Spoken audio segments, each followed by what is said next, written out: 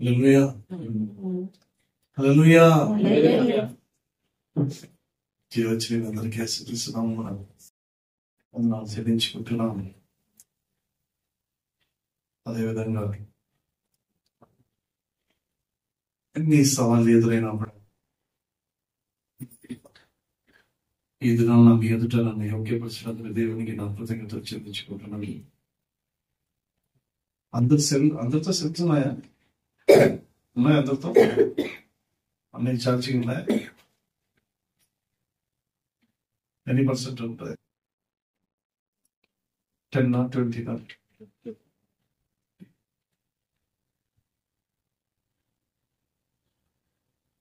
ఆదివారం అనేది ఈ యాత్ర జీవితంలో ఉన్న జీవితాలు ఛార్జింగ్ చేసుకోవడానికి. హల్లెలూయా. ఆదివారం పూట వచ్చి ఆ స్విచ్ బోర్డ్ అనేది చర్చికి వచ్చి ఛార్జింగ్ అయి మళ్ళా ఈ వారం అంతా ఈ యాత్రలో పోయి ఖచ్చితంగా అది మళ్ళా 5, 3, 4 వచ్చి ఉంటుంది. ఖచ్చితమైంది. మళ్ళా ఆదివారం వచ్చి ఏం చేయాలి? ఛార్జింగ్. మరి అసలే లేకుండా ఉంటే వాళ్ళు ఎట్లా ఛార్జ్ అవుతున్నారు అని నాకు పెద్ద క్వశ్చన్.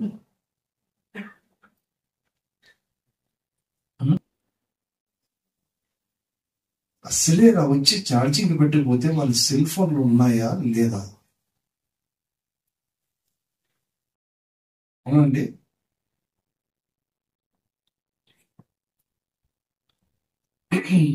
ప్రార్థన చేద్దాం. ఏమని? వాళ్ళ సెల్ ఫోన్లు యాత్ర అనే జీవితం కలిగిన సెల్ ఫోన్లకి ఛార్జింగ్ అవసరము. వాళ్ళు వచ్చి ఛార్జ్ చేసుకోవాలి అని ప్రార్థన చేద్దాం. ఏం చేద్దాం? దేవునికి మహిమ. అంతే. కాబట్టి దేవుడు ఏమంటున్నాడంటే, నా విశ్రాంతి స్థలం మీది కదా. నా విశ్రాంతి స్థలం ఎక్కడ? ఈ రోజు నువ్వు నాకు స్థలం ఇచ్చావని ఎంతో సంతోషం వస్తాం. 2 రోజులు మళ్ళా 2-3 వారాలు నాతో ఉండు. నేను బయట వేస్తాను. నిన్న ఒక ఆడిటర్ దగ్గరికి పోయినాం. నేను నేర్చుకున్నాను.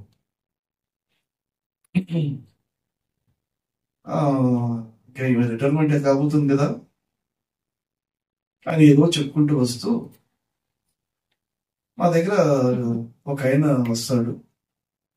కొడుకులు ఉన్నారు, మంచి డబ్బు కలిగిన వారే, రైస్ మిల్ ఉంది, అది ఉంది, ఇది ఉంది అని చెప్పుకుంటూ వాళ్ళ తండ్రికి ఏదో రావాల్సినది సంవత్సరం ఉంటుంది, తీసుకుని వస్తారు.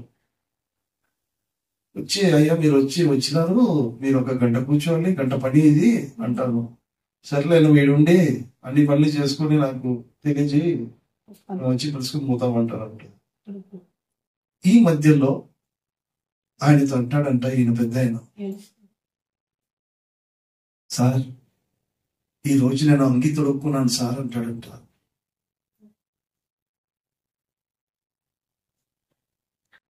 మిగతా రోజుల్లో ఆయనకి అంగి లేడంట. ఉంటే ఉత్త పైలో ఉండాలి, లేకపోతే ఎట్లా ఒకటి టవలకి ఇవాళ కప్పుకున్నాను. ఎవడు ఉతుకుతాడు? నీ బట్టలు అంటారంట.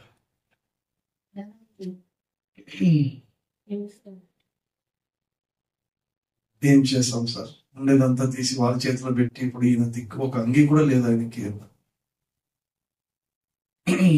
నా కొడుకు నేను వదిలిపెట్టి పోడు సార్ అంటే ఇంచాం గొప్ప కదా.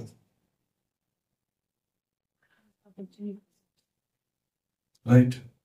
నా కొడుకు నన్ను వదిలిపెట్టి పోడు సార్. వాళ్ళ అక్క బావ ఎన్నోసార్లు పిలిచారు కానీ వాడు పోవడం లేదు. అయితే మేము చేశారు. ఎందుకు చెప్తున్నానంటే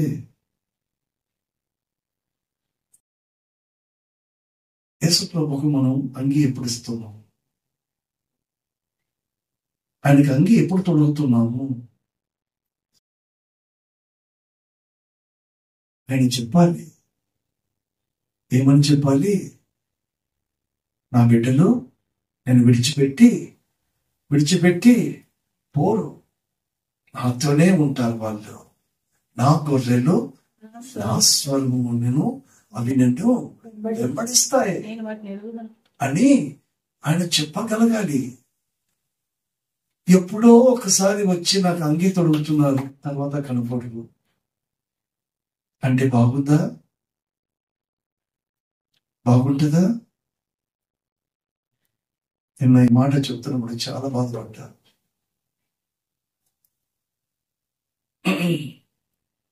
దానికి నా విశ్రాంతి స్థలం ఎందుకు ఈ మాట అంటున్నాడంటే, దేవుడు మనలో నివసించాలని మనం తీసుకుంటున్న హెచ్చరికలు మన యాత్ర జీవితంలో సిద్ధపాటు కలిగి ఉండాలనేసి మనం మరలా ఈ మాటను మనం జ్ఞాపకం చేసుకుంటూ ముందుకు సాగిపోతున్నాం. నా విశ్రాంతి స్థలం ఏది? జీవితం అనేది ఒక ప్రయాణం. ఈ ప్రయాణంలో 3 విషయాలు: మార్గము, సత్యము, జీవము.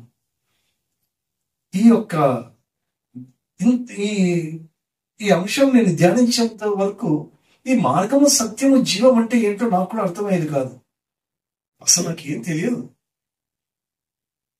ఆయా పూటకు ఆయా ఆహారం నాకు ఇస్తున్నాడు, అంతేగాని అసలు నాకు తెలియదు. ఈ యాత్రా జీవితంలో నేను తెలుసుకున్నది ఏంటంటే, ఒక మార్గం ఉంది, ఒక సత్యం అనేది ఉంటుంది, ఒక జీవం అనేది ఉంటుంది.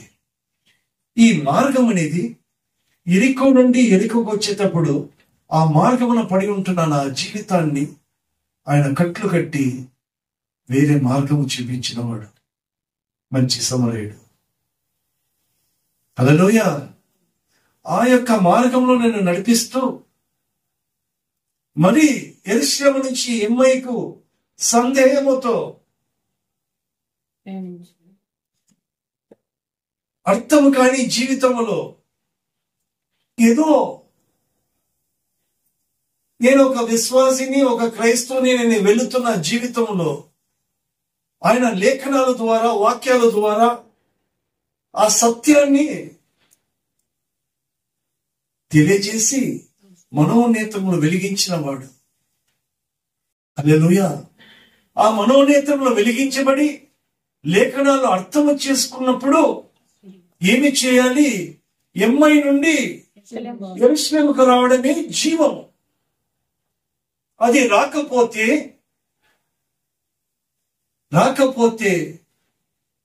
జీవితమే లేదు. హల్లెలూయా. జీవము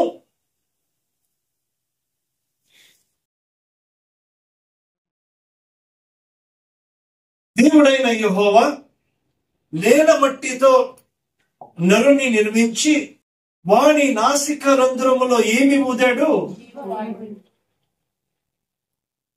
oxygen. Very simple word is called oxygen. Oxygen అంటే తెలుగులో ఏమని చెప్తారా? ప్రాణవాయువు. ఏం వాయువు అది? I was shocked yesterday. ఎన్నిసార్లు ఈ యొక్క వాక్యం నేను చదివి ఉంటాను. జీవవాయువు అంటే ఏమై ఉంటుంది అని ఊరికే ఆలోచించారు.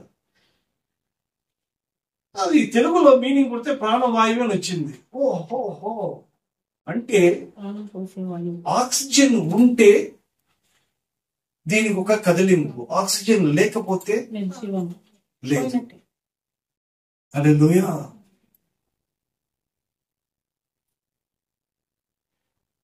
సో ఆయన ఊదుతా ఉండడు. ఒకేసారి ప్రపంచమంతా ఊది పీల్చుకోనాడు. అందరూ పీల్చుకుంటున్నాం. మంచివాడు పీల్చుకుంటున్నాడు, చెడ్డవాడు. చెడ్డవాడు పీల్చుకుంటున్నాడు. సంఘంలో కూడా అందరూ పీల్చుకుంటున్నారు. హల్లెలూయా. దాన్ని ఏమంటారో తెలుసా? కృప. ఏమీ చెయ్యకనే పొందుకోవడము కృప. నేను ఇది పొందుకుంటున్నాను కదా, ఈ కృపను పొందుకుంటున్నాను కదా, ఎవరి నుండి ఇది వస్తున్నది అని జ్ఞాపకం చేసుకోవడమే పశ్చాత్తాపం, మనస్సాక్షి. అది దేవునికి ఇష్టం. ఎనీవే, ఆయన జీవవాయువు ఊదగా నరుడు జీవాత్మ అయ్యాను. ఈ became a living soul. Right. ఈ మొదటి ఆదాము,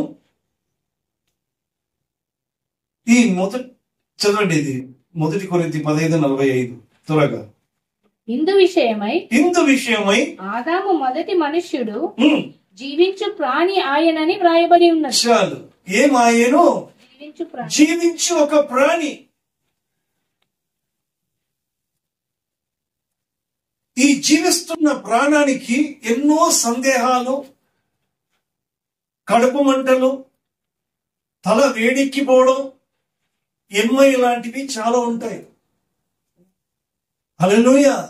ఇవన్నీ పోవాలంటే ఒకే ఒక మార్గము, ఆ మార్గము యేసు ప్రభు అని తెలుసుకుంటే వాడు తిరిగి ఎక్కడి నుంచి ఎక్కడికి రావాలి? ఎంఐ నుండి యెరూషలేముకు వస్తేనే జీవితం. ఐ రిపీట్ అగైన్, ఎంఐ నుండి యెరూషలేముకు వస్తేనే జీవితం. యెరూషలేం అనేది ఒక సెంటర్ పాయింట్, ఒక ప్రధానమైన ఒక స్థానం. అక్కడికి రావాల్సిందే. ఎందుకు రావాలి? ఎందుకు రావాలంటే రాకపోతే నీకు ఏమీ లేదు, జీవం లేదు. ఇది సత్యమా, ఇది నిజమా అని మనము ఆలోచన వచ్చినప్పుడు యోహాను రాసిన సువార్త 6:53, యోహాను రాసిన సువార్త 6:53. కావున యేసు ఇట్లనెను, మీరు మనుష్య కుమారుని శరీరము తిని ఆయన రక్తమును త్రాగితేనే గాని మీలో మీరు జీవము కలవారు కారు. హల్లెలూయా. ఇది ఏంటి? సత్యముతో ఇమిడి ఉన్న జీవం. తింటేనే కాని. తినాలంటే ఎక్కడికి రావాలి? ఎక్కడికి రావాలి? ఎంఐ గ్రామంలో కాదు. ఈ సంఘటన జరిగింది. ఎక్కడ జరిగింది? యెరూషలేములోనే జరిగింది. ఆయన తిరిగి లేచాడని ఎక్కడ తెలిసింది? యెరూషలేములోనే తెలిసింది. హల్లెలూయా. నువ్వు రావాల్సిందే. దానికే అపోస్తలుల కార్యం 1:4 ఏమంటాడంటే, అయ్యా బాబు, ఎక్కడికి వెళ్ళిపోతున్నారు మీరు? మీరు ఎక్కడికి వెళ్ళిపోక మీరు ఎక్కడ ఉండాలి? యెరూషలేములోనే ఉండాలి. నా కొరకు, నా వాగ్దానము కొరకు, నా మాట కొరకు మీరు ఏమి చేయాలి? వేచి ఉండాలి, కనిపెట్టుకొని ఉండాలి. హల్లెలూయా. 1:8 నువ్వు వేచి ఉన్నప్పుడు, కనిపెట్టుకొని ఉన్నప్పుడు ఒక శక్తి నీ మీదకి వస్తుంది.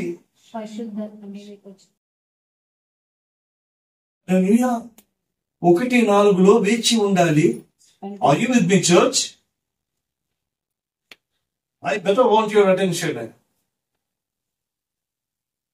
1:4 వేచి ఉండాలి, కనిపెట్టుకుని ఉండాలి. అపోస్తలుల కార్యం 1:8 ఒక శక్తిని మనం పొందుకుంటాం.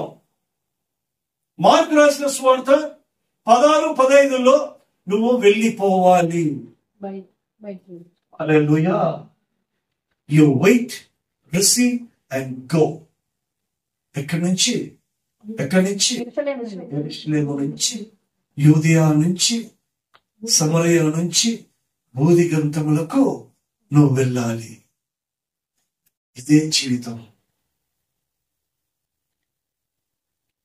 నువ్వు ఎమ్మై నుండి యెరూషలేముకు రాక తప్పదు.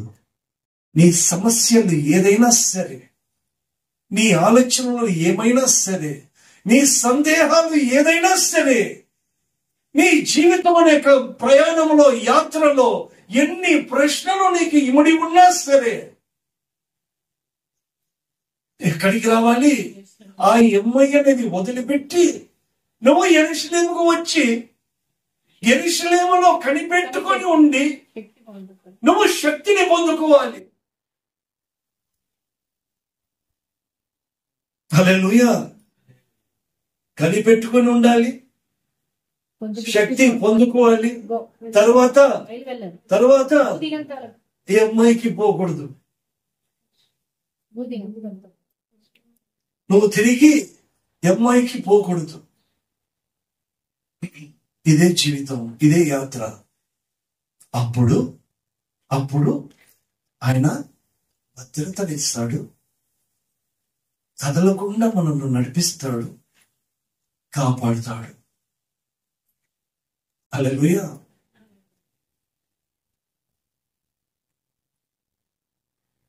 ఇది నిజమా? శక్తిని పొందుకోవాల్సిందేనా? నాలో నాకు ఏమీ లేదు, జీవము లేదు. జీవం కావాలంటే నేను ఏమి చేయాలి? ఎమ్మై నుండి 2000 సంవత్సరంలో వాడు ఎమ్ఐగా పోయి వాడు యెరూషలేము కోసం ఇప్పుడు నాకెందుకు అంటావేమో. ఏమి? ప్రతి క్షణము మనం ఉండేది ఎమ్ఐలోనే. హల్లెలూయా. యెరూషలేము కన్నా ఎమ్ఐలోనే మన జీవితం అంతా దాంట్లోనే సరిపోతా ఉంది. సగం జీవితం కాదు, ముక్కాలు జీవితం, మన యాత్ర జీవితం అంతా ఎక్కడ ఉండిపోతున్నది? ఎమ్ఐలోనే ఉండిపోతా ఉంది. ఒక సందేహం, వెలి చూపులతోనే వెళుతున్నామే గాని మనోనేత్రములు తెరవబడము తక్కువ. హల్లెలూయా. ఎప్పుడో యెరూషలేముకు వస్తా, మళ్ళా ఆ శక్తిని పొందుకుంటా, మళ్ళా ఎక్కడికి పోతా, ఆ శక్తిని పొందుకుని ఎక్కడికి పోతున్నా? మళ్ళా ఎమ్మైకే పోతున్నా.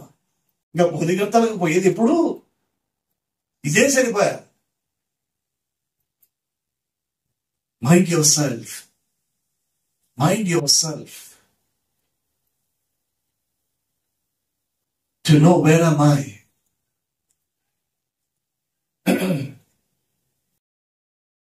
వెనక్కి చూసుకుంటూ మనం అనుకుంటున్నాం, వెనక్కి చూసుకుంటూ పోతున్నాం అనేది ఎక్కడికి పోతుంది? ఎమ్ఐకే పోతుంది. అది ఏదైనా సరే, నువ్వు వెనక్కి చూసినా పక్కకు చూసినా పోయేది ఎమ్ఐకే. ఇది సత్యం. మొదటి కొరింథీ 15:45 రెండో భాగం.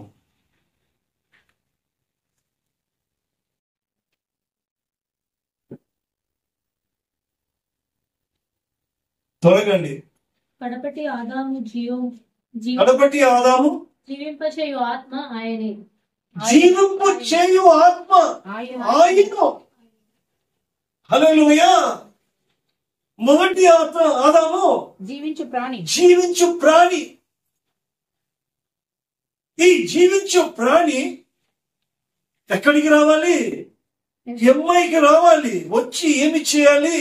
ఈ జీవిస్తున్న యొక్క ప్రాణము ఏం పొందుకోవాలి? జీవింప చేసే ఆత్మను పొందుకొని జీవించబడాలి. అప్పుడు ఎక్కడికి పోవాలి? భూదిగంతముల వరకు పోవాలి. హల్లెలూయా.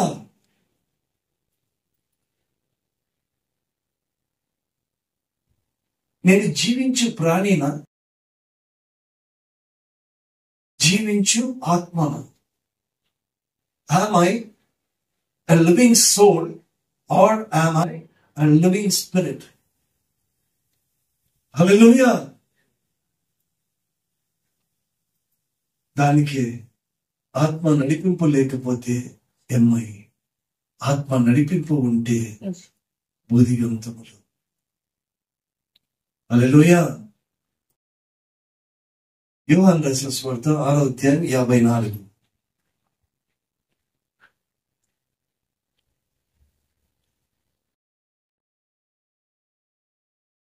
నా శరీరము తిని నా శరీరము తిని నా రక్తము త్రాగువాడే నిత్య జీవము గలవాడు. ఏమి గలవాడు? నిత్య జీవము గలవాడు. జీవించు ప్రాణి ఆయన రక్తము ఆయన రొట్టెను తినడము ద్వారా ఏమైతానము? నిత్య జీవముడు. నిత్య నిత్య జీవము గలవాడు. నిత్య జీవము గలవాడైతాడట. హల్లెలూయా. చదవండి. అంత్య దినమున నేను వానిని లేపుదును. నేను వానిని. అది నిత్య జీవం. అర్థమైనండి? నేను చనిపోయా కూడా నేను బ్రతకడం అనేది నిత్య జీవం. యేసు ప్రభు వారు చనిపోయి అలాగనే మట్టికి మట్టి కాల చనిపోయి తిరిగి లేచాడు. సజీవుడు. ఆయన సజీవుడు గనుక మనల్లో కూడా ఏమి చేయాలనుకుంటున్నాడు? నిత్య జీవం ఇవ్వాలని అనుకుంటున్నాడు.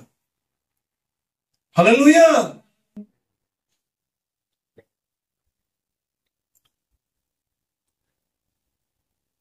యాభై 57 చదవండి. అది జీవము గల తండ్రి నన్ను పంపెను గనుక నేను తండ్రి మూలముగా జీవించుచున్నట్టే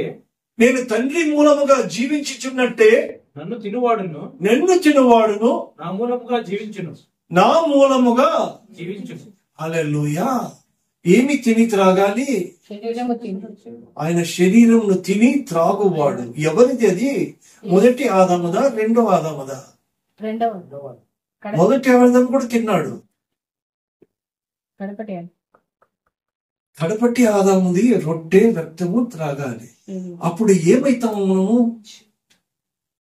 ఆత్మ అవుతాము. నిత్య జీవము పొందుకుంటామంట. ఎప్పుడు దాకా? చదవండి. 1:8 అపోస్తలుల కార్యం 1:8. ఎప్పుడు దాకా? ఎక్కడి దాకా?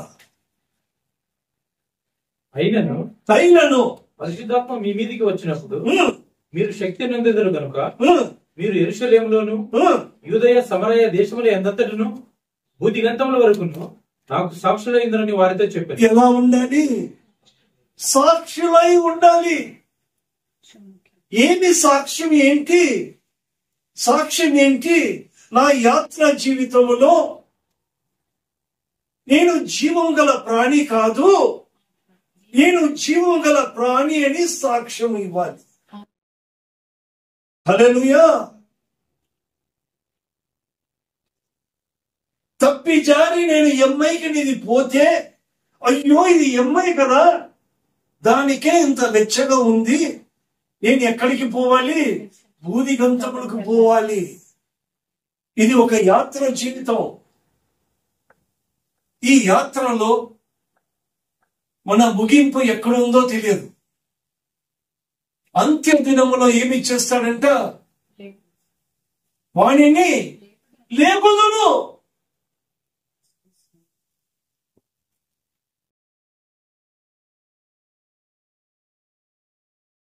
ఈ యొక్క తిరిగి లేపుదును అనే మాటకు వచ్చినప్పుడు మూడవ ఉపమానం. మొదటి ఉపమానము యెరూషలేము నుండి యెరికో. రెండవ ఉపమానము యెరూషలేము నుండి ఎంఐ. మూడవ ఉపమానము యెరూషలేము నుండి భూదిగంతములు. హల్లెలూయా. ఇది ఒక యాత్ర, ఇది ఒక ప్రయాణం. ఇక్కడ ఎవరి స్టేషన్ ఎప్పుడు వస్తుందో తెలియదు, ఎక్కడ ఆగిపోవాలో తెలియదు, ఎక్కడ సాగిపోవాలో మనకు తెలియదు. కానీ దేవుడిస్తున్న మాట ఏంటో తెలుసా? నువ్వు ఆగిపోయినా నీ జీవితాన్ని నేను సాగింప చేసేవాడిని. హల్లెలూయా. ఎలా? ఇది ఎలా సాధ్యం అనేది మన యొక్క మూడవ ఉపమానం. ఈ మూడవ ఉపమానంలో లూకా రాసిన సువార్త 16వ అధ్యాయము 19వ వచనం. ధనవంతుడు ఒకడుండెను, అతడు ఊదారంగు చాలండి. ధనవంతుడు ఒకడు ఉన్నాడు, ధనవంతుడు ఒకడు ఉన్నాడు, దరిద్రుడు ఒకడు ఉన్నాడు. ధనవంతుడు లాజరస్ ఉన్నాడు. చాలా మంది ఈ యొక్క ఉపమానాన్ని చాలా ఏందో నేను విన్నంత వరకు, ఎవరు ఏ విధంగా విన్నారేమో తెలియదు కానీ నేను విన్నంత వరకు ధనవంతుడు చూసారా నరకానికి పోయాడు అంటే ధనవంతుడు కాకూడదా? నీకు ఇల్లు వద్దా? సంపాదన వద్దా? అరే మాట్లాడండి, వద్దా? ఏ first floor, second floor, third floor ఉంటే ఏ తప్ప? కానీ నేను విన్నంత వరకు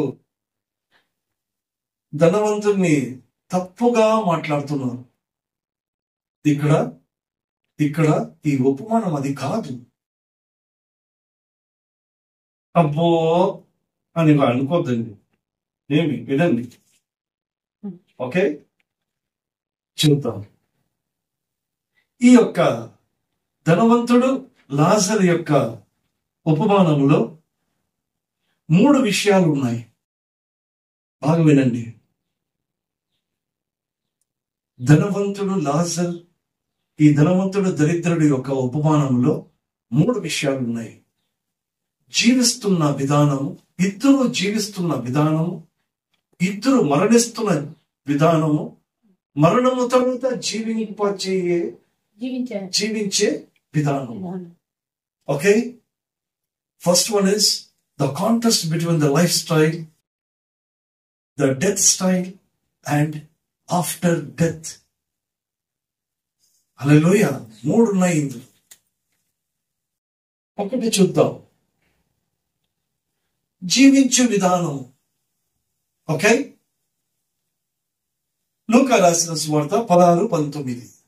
జీవించు విధానం. అతడు ఊదారంగు బట్టలను సన్నపు నార వస్త్రములను ధరించుకొని ప్రతి దినము బహుగా సుఖపడుచుండువాడు. చాలు. అతడు ఎవరు? ధనవంతుడు. ఓకే, ఈడ ఏంటంటే ఈ యొక్క 19వ వచనంలో ఏముంటే ఏమి ధరించుకున్నాడు, ఏమి తింటున్నాడు. వాట్ ఈ ఈట్ అండ్ వాట్ ఈ వర్డ్. ఏమి తిందుము, ఏమి ధరించుకుందాము అనేది ఇక్కడ కనబడుతుంది. హల్లెలూయా. ఈ ధనవంతుడు, ఈయన ఫస్ట్ ఆఫ్ ఆల్ ఈయన ఒక ధనవంతుడు. రెండవది, అతడు ఊదా రంగు బట్టలు, సన్నపు నార వస్త్రములు ధరించుకున్నవాడు. ఇవి ఖరీదైనది. ఊదా రంగు అంటేనే ఖరీదైనది. హల్లెలూయా.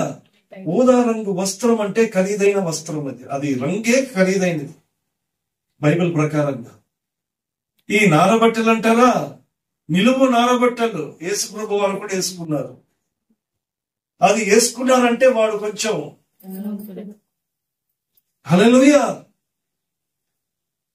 సో అతని యొక్క స్టైల్ ఎలా ఉంది? ధనవంతుడు. అతను వస్త్రాలు ఖరీదైనది. తన భోజనం చదవండి, ప్రతిదినము బహుగా సుఖపడుచున్నవాడు. అంటే విలాసవంతమైన భోజనాలు. హల్లెలూయా. విలాసవంతమైన భోజనము తినేవాడు. అట్లా ఇట్లా కాదు, రైట్? ఇది ధనవంతుని యొక్క life style, the living style. దరిద్రుడికి ఏ విధంగా ఉందో చూద్దాం.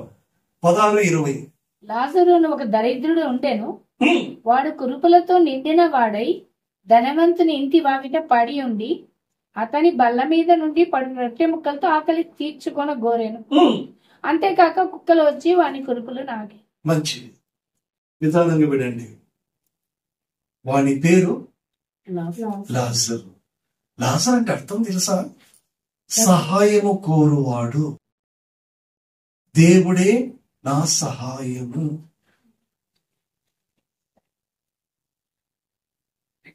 లాజర్ అంటే ఏమి? ఎట్లా నీకు సాయం కలవరా, వచ్చి పని చేసారా?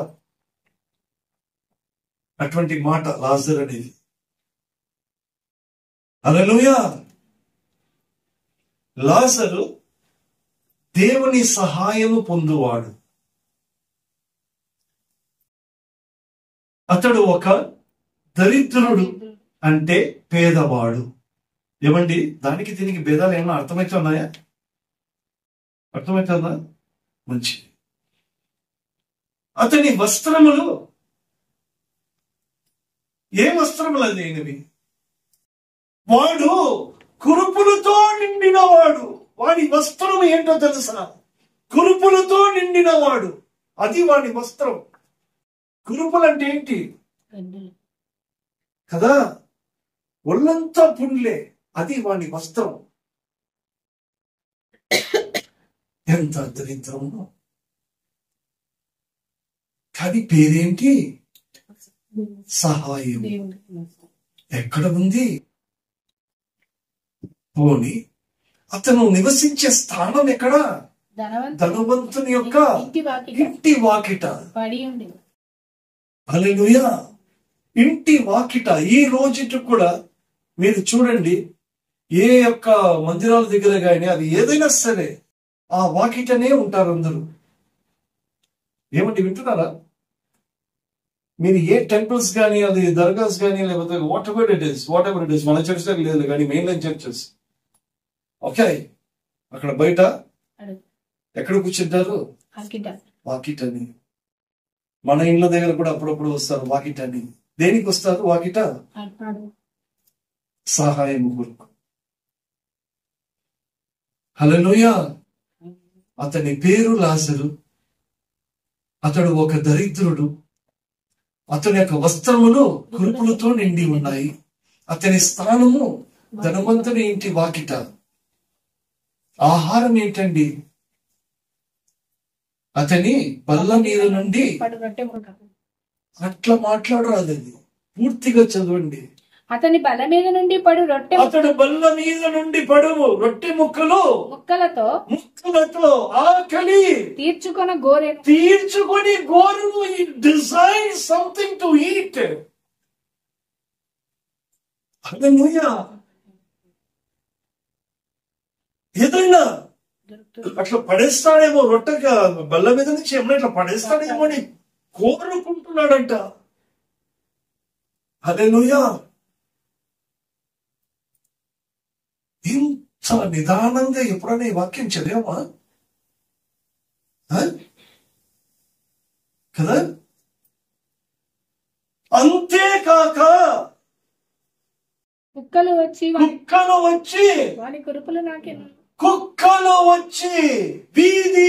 ఊరు కుక్కలు, వీధి కుక్కలు. కొన్నిసార్లు మనం ఏమంటాం? ఊరు కుక్క అంటామా లేదా?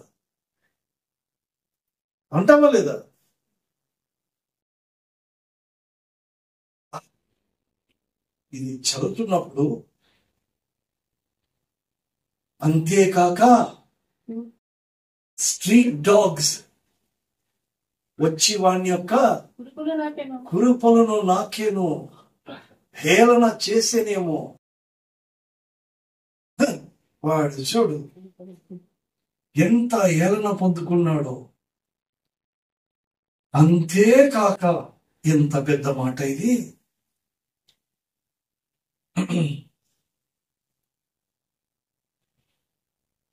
ఈ ఉపమానం ఇప్పుడు మనం విన్నాం, జీవించు విధానం. ఈ ఉపమానము ఎందుకు, ఎవరికి వింటున్నారా? ఈ ఉపమానము ఎందుకు చెప్పబడింది, ఎవరికి చెప్పబడింది? We cannot apply it for everybody. I request, mind you, ధనవంతుల గురించి నేను చెప్పడం లేదు, నేను కాదు, బైబిలే చెప్పడం లేదు. చూద్దాం మరి బైబిల్ ఎవరి కొరకు ఈ యొక్క ఉపమానం రాయబడి ఉన్నదో చూద్దాం. లూకా రాసిన సువార్త 16:14. ధనాపేక్ష గల పరిసయ్యులు, ఎవరికి? ధనాపేక్ష కలిగిన పరిసయ్యులకి ఈ మాటలన్నీ విని ఆయనను అపహసించింది. 15 ఆయన మీరు మనుషుల ఎదుట నీతిమంతులని అనిపించుకుని వారు గాని దేవుడు మీ హృదయములను ఎరుగును. మనుషులలో ఘనముగా ఎంచబడినది దేవుని దృష్టికి అసహ్యం. దేవుని దృష్టికి అసహ్యం అని చెప్తూ 14-15లో చెప్తూ 19లో ఈ ఉపమానము చెప్తున్నారు. ఎవరిని పోల్చుకొని? ధనాపేక్ష కలిగిన పరిసయ్యులకి. హల్లెలూయా. ఇది ఈ విధంగా రావాలి. నీకు నాకు కాదు ఇది. నాకెక్కువ చెప్తున్నావు, నాకు కాకపోతే నాకెందుకు చెప్తున్నావు అంటారేమో. వినాలి. ఆయన ఎవరో మన స్పీకర్ వచ్చిపోయినాడు చూడు, ఆయన పేరేమో తెలియదు. చెవు కలిగిన వాడు ఏమంటాడు? చెవి గలవాడు అంతే. వినాలి మీరు కూడా. ఇక్కడ 2 మాటలు ఉన్నాయి. ధనాపేక్షల గురించి, తర్వాత స్వనీతి గల వారి గురించి చెప్పబడి ఉంటున్నది. స్వనీతి అంటే ధనవంతుడు మనుషుల ఎదుట గణపరచబడతాడు. హల్లెలూయా. ధనవంతుడు మనుషుల చేత గణపరచబడతాడు. దరిద్రుడు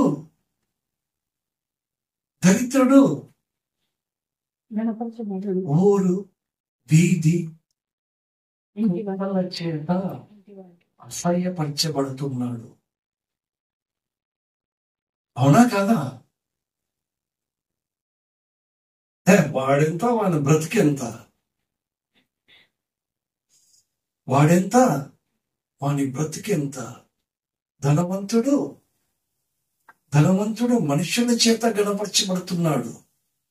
నేను జీవించే విధానం గురించి మాట్లాడుతున్నా.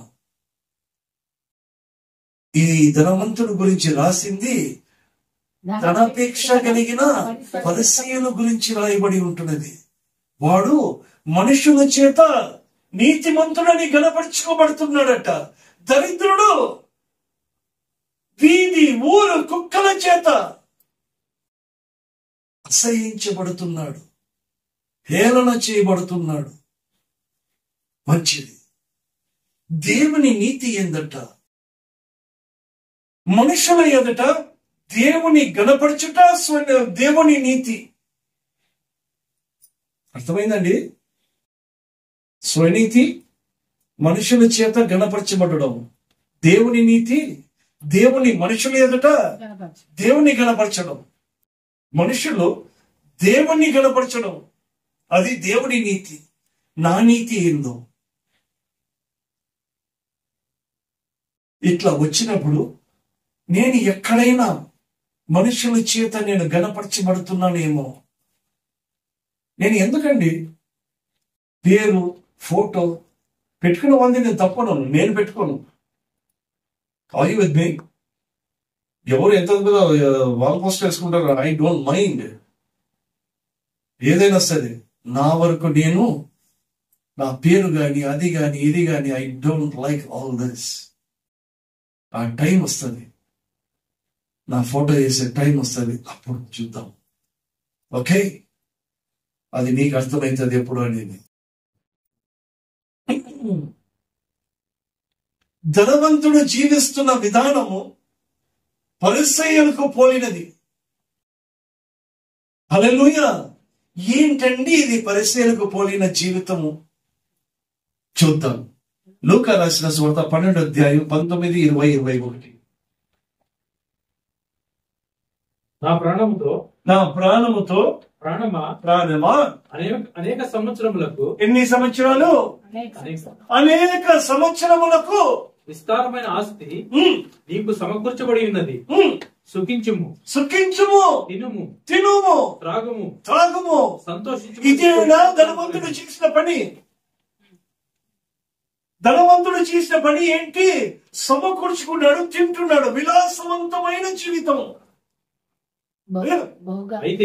అయితే దేవుడు వెర్రివాడా, ఈ రాత్రి నీ ప్రాణం అడుగుచున్నారు, నీవు సిద్ధపరిచినవి ఎవని వగునని అతనితో చెప్పాను. దేవుని ఎడల ధనవంతుడు కాక తన కొరకే సమకూర్చుకున్నవాడు అలాగుననే ఉండనని చెప్పాను. హల్లెలూయా. దేవుని కొరకు ధనము సంపాదించుకోకుండా తన కొరకే సంపాదించిన వాడి గురించి ఇది రాయబడి ఉంది. అంటే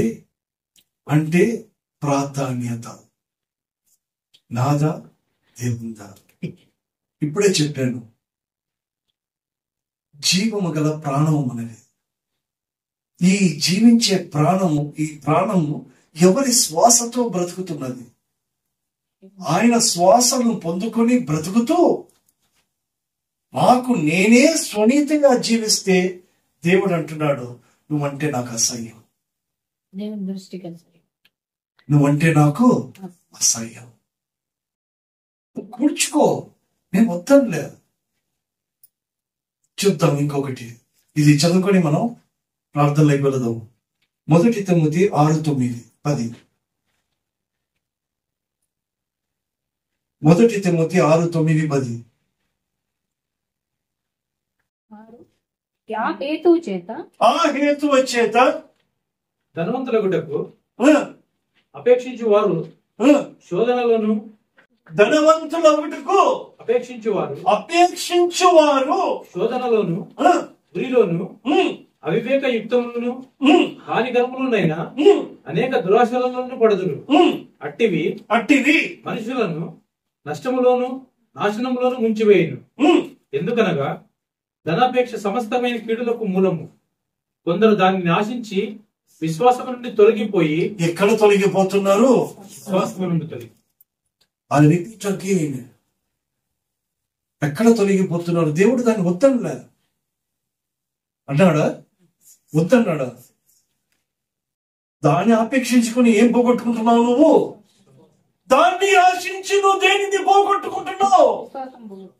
ఇంకా విశ్వాసం నుండి తొలగిపోయి నానా బాధలతో తమను తామే పొడుచుకునేది. దైవజనుడా నీవైతే వీటిని విసర్జించి నీతిని భక్తిని విశ్వాసమును ప్రేమను ఓర్పును సాత్వికమును సంపాదించుకున్నట్టుకు అప్పుడు ఇవన్నీ నీకు సమకూర్చబడును అని అర్థం. హల్లెలూయా. అర్థమైందా అండి? వీటిని సంపాదించుకో. 11 చదవండి మళ్ళా. దైవజనుడా నీవైతే వీటిని విసర్జించి నీతిని భక్తిని విశ్వాసమును ప్రేమను ఓర్పును సాత్వికమును సంపాదించుకుంటూ ప్రయాసపడము. అంటే అర్థం ఏంటో తెలుసా? ఇవి చెయ్యి.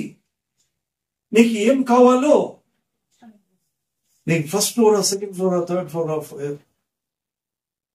అది 40-60 30-40 అయితే 40-60 ఐ గివ్ ఇట్. ఆమేన్. అరే చెప్పండి ఆమేన్ అని వద్దా? అది దీని కథ. మళ్ళా ఈ ఐహిక విచారముతోను ధనపేక్ష కలిగి విశ్వాసమును పోగొట్టుకోకూడదు. దానికి కైసరిది దేవునిది అని ఇది అర్థం. ఆస్తి పరులందరూ నరకానికి పోతారనేది తప్పు. హల్లెలూయా. అట్లయితే అందరూ నరకానికి పోతారు. దాన్ని సంపాదించుకోవాలనుకున్నప్పుడు దేవునికి ఇవ్వాల్సిన, ఎప్పుడు ఛార్జింగ్ చేయాలా, ఈ అన్ని తెలివిలు మనకుంటాయి. సెల్ ఫోన్ కొంచెం ఇదైతేనే దాన్ని ఛార్జింగ్ పెట్టుకుంటాం. ఆకలి అయితేనే అన్నం తింటాం. మళ్ళీ ఈ దినం అయింది కదా, అవును కదా? అది దేవుడు అడిగేది ఇక్కడ. అది లేకపోతే నాకు అసహ్యం అంటాడు. కాబట్టి కైసరిది కైసరికి, దేవుడిది దేవునికి ఇవ్వాలని నన్ను జ్ఞాపకము చేసుకున్నట్టుకై దీనిని చేయడని చెప్పిన దేవుడి మాటలు మన వెనకడికి ఆశీర్వదించి దీవించును గాక. ఆమేన్. రెండవది, వచ్చే వారం ఏముంటదంటే, ఇప్పుడు జీవించే విధానము చూసాము, వారు చనిపోయే విధానము చూడబోతున్నాం. చనిపోయిన తర్వాత వారి యొక్క జీవితము కూడా మనం చూడబోతున్నాం.